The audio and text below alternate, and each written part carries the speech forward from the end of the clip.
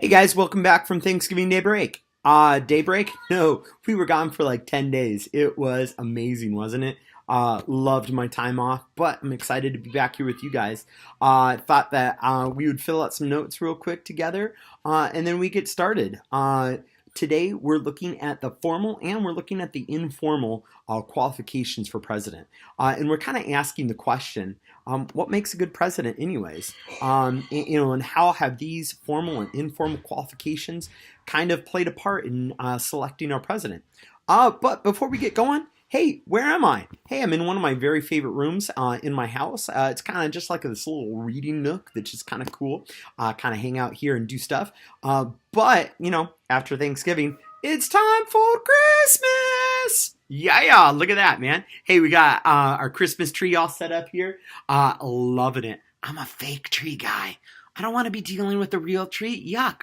Hey, if you look really closely, you'll probably find my favorite Christmas tree ornament. Yeah. We got a lot of them up there. I got an actually 60-year-old one. I just figured that out. 60-year-old ornament. It's pretty cool for a history teacher. But anyways, hey, that is my Christmas tree. But what do we want to do? We want to fill out some notes. I wanted to let you guys know just some crazy stuff about the president before we get going, and maybe a little review. Right now, why don't you go to OneNote, get those notes, copy and paste it, and put it under your name.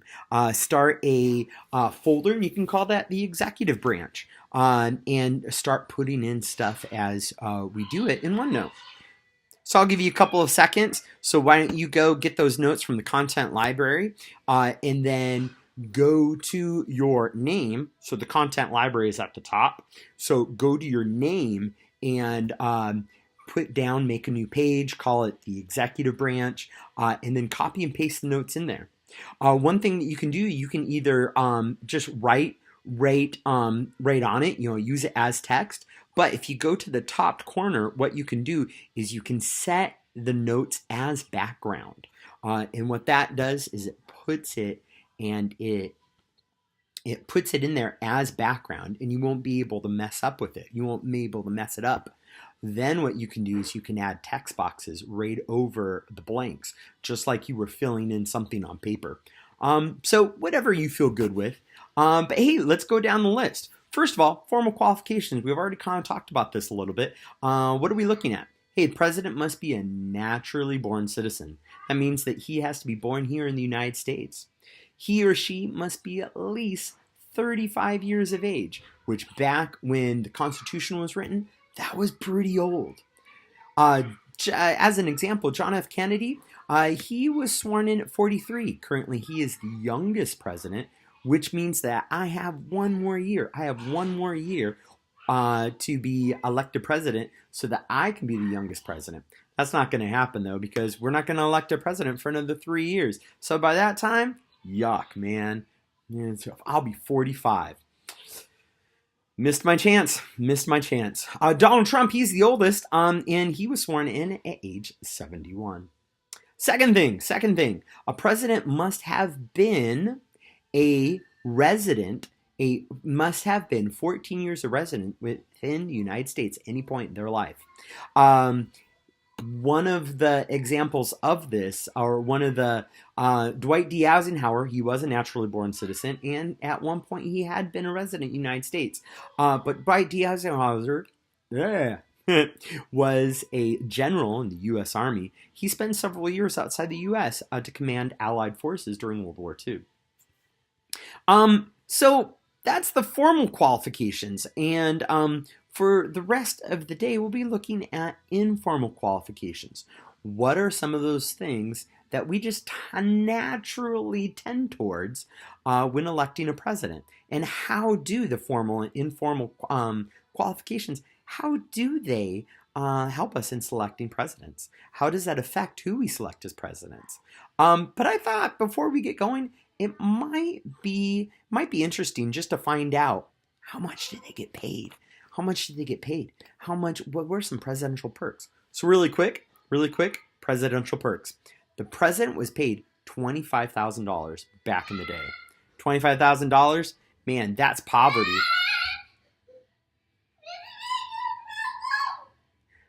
There's a problem. Julia has a problem. Yes, Julia? Let's see what the problem is. Something went bad. Who are you talking to? I'm not talking to anybody. I'm actually filming something right now. So what's the problem? Hey, by the way, this is Julia. Don't film it with me. You're the one that interrupted me. Pause it. I can't pause it. I had a really great start, too. There's a problem in the washing machine. Okay, I'll come check it out in 5 minutes, okay? And no, there's lots of water on the floor.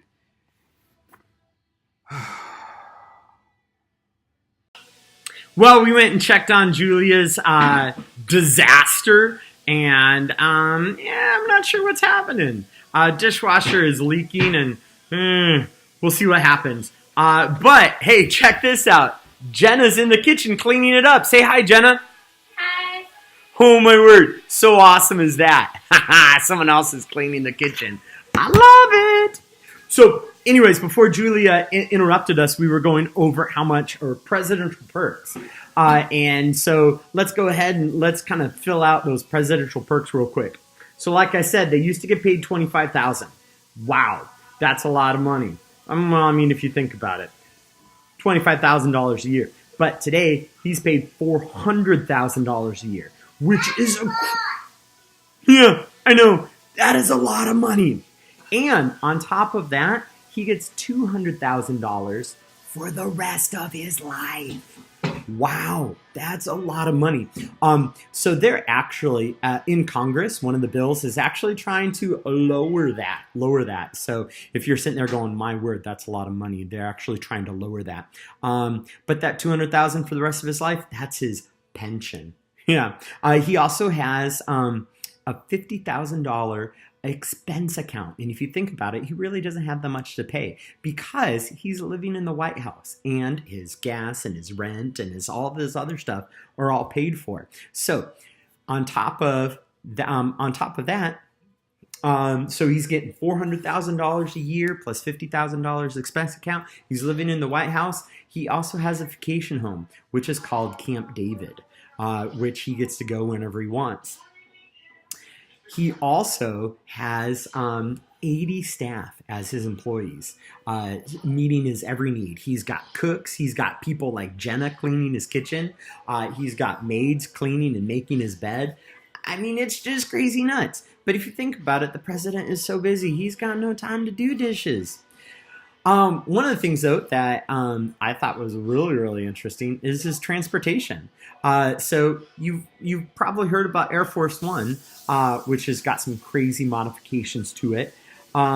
He's also, yeah, you know it. He also has helicopters that take him to Air Force One. That's actually called Marine Force One. And he's got a car called the Beast. Yep, wherever he goes, he drives around in the Beast. The Beast launches tear gas, has night vision, and 8-inch armor. So the thing is so crazy heavy that it only gets 4 miles to the gallon and takes 16 seconds to get up to 60 miles an hour, which is just crazy when you think of other cars getting to 60 seconds in under 3.9 seconds.